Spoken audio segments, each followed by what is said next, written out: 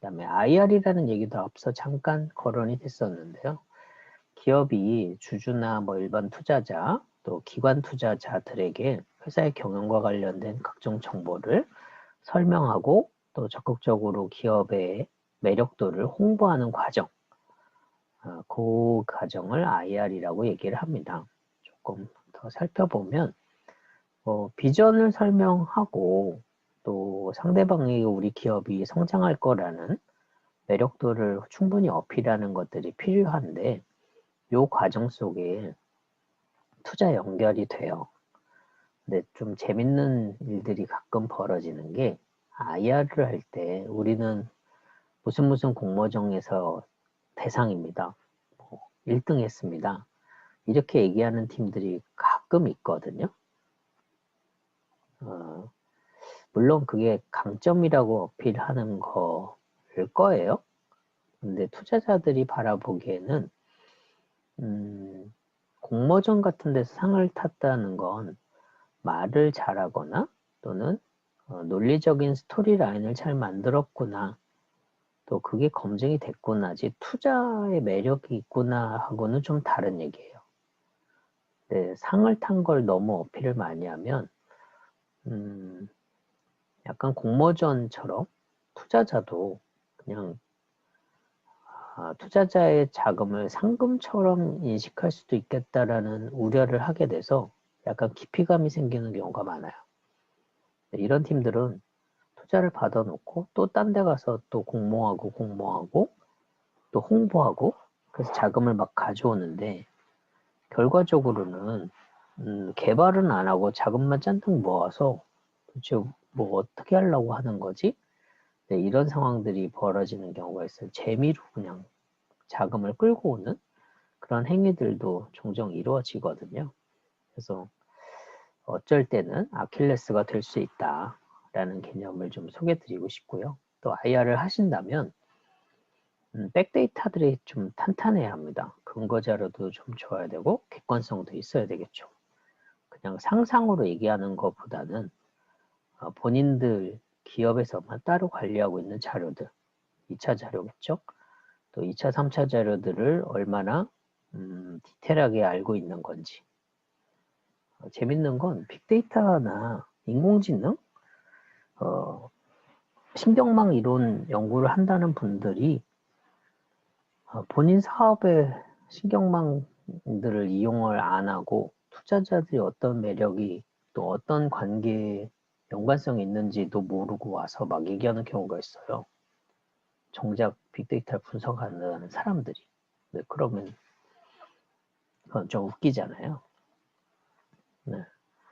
그런 것처럼 그 기술이 보여지기 위한 기술이 아니라 실제로 활용되는 기술인지를 투자자들은 많이 고려하고 검토합니다. 네, 그래서 데이터를 보여줄 때 보여주기 위한 데이터가 아니라 실제로 활용되는 데이터들인지 그 부분들을 어필하시는 게 좋을 것 같아요. 보통 이제 IR을 하는 거라면 3개 정도가 가장 핵심일 거예요. 우리 비즈니스가 어느 정도로 성장할 것인지, 동종 업계에서 성장하고 있는 이 과정하고 우리가 성장하는 과정의 속도가 다르다. 또 우리는 목적지가 명확하다. 그리고 시장이 잘 커지고 있다. 뭐 이런 어필들을 잘 해서 수익성이 있다라는 거, 또 그 수익성이 좀 오래 간다. 이 두 가지를 잘 어필을 하셔야 될 거고, 또 하나는 매니지먼트. 우리가 자금을 받으면 또는 지원을 받으면 효율적으로 운영한다. 허투루 쓰지 않는다.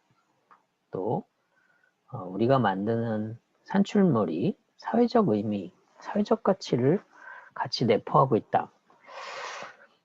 그 부분을 어필하는 것도 의미가 있겠죠. 또 하나는 IR을 하는 이 과정 속에 얼마나 준비를 많이 했고 열정을 보여줬는지 좀 번외지만 IR에 대한 관계 또 IR에 대한 이해도 이런 부분들도 간접적으로 체크를 합니다. 그래서 창업팀, 프로덕트에 대한 개념, 마켓에 대한 개념 이렇게 3가지를 체크하는데 좀 더 요약을 해보면 질문은 딱 이렇게 5개 정도로 와요. 뭐가 차별화 포인트냐? 컴피티션이 뭐냐? 그 다음에 팀빌딩이 얼마나 잘 돼 있냐? 또 그 팀원들은 얼마나 내부적으로 끈끈한 관계고 리더십이 있고 팔로우십이 있는 거냐? 그 다음에 수익 모델이 뭐냐? 그 다음에 본인들이 움직이고 있는 시장의 사이즈는 얼마나 크냐? 우리 자금, 투자자의 자금뿐만 아니라 본인은 자금을 어떻게 뺄 생각을 하고 있냐? 엑시트 어떻게 할 거냐? 네, 이 질문이 거의 다 포함되고 있는 귀결되는 질문 꼭지들이에요. 여기에 대해서 자유롭게 대답을 못하면 일단은 투자자들 눈에 조금 불편한 도구가 되겠죠. 말이 될 거예요. 체스창처럼 뭐 급이 좋다고 해서 다 좋은 게 아니라 얼마나 신속하게 움직일 수 있고 교환 가치가 있는 건지 이런 부분들을 보는 거거든요.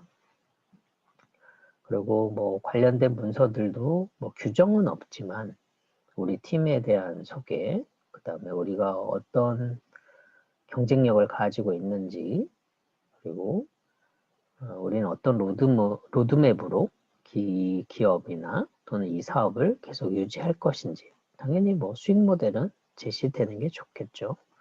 네, 이렇게 항목들을 해보면, 항목들을 준비하다 보면 기업에서 원하는 사업 기획 또는 사업 계획, 네, 이런 거보다는 IR이 조금 더 큰 얘기가 될 수 있어서 IR을 하면서 사업 계획도 수정하고 또 새로운 아이템도 만들어가는 그런 계기가 될 수 있습니다.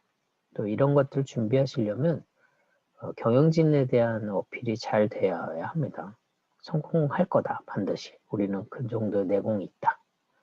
또 회복 탄력성을 가지고 있어서 뭐 작은 스트레스나 작은 불편에 또는 작은 실패에 굴하지 않겠다. 뭐 이런 것들을 보여주는 거. 그럼에도 불구하고 시장은 정말 매력적이어야 합니다. 향후 5년간 계속 성장할 수 있을 거라는 기대감을 주고 또 그 기대감이 데이터로 입증이 될 수 있다면 훨씬 좋겠죠. 바라보는 시장이 있어야 되니까요. 그리고 컴피티션이라는 것들은 당연히 있어야 합니다. 이 얘기를 돌려 얘기하면 비교군이 될 수 있는 선도형 기업들이 이미 있어야 해요.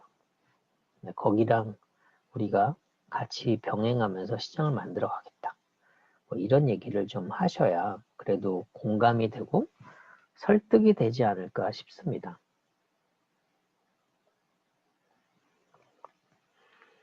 그리고 투자자들이 이제 가장 많이 물어보는 합리적 재무 계획이 있냐, 뭐 매출은 많이 일어난다는데 수익률이 너무 안 좋거나 많이 파는데 마진이 안 좋아가지고 힘들거나 처음엔 생각 안 했는데 물류비가 너무 많이 들거나 처음에는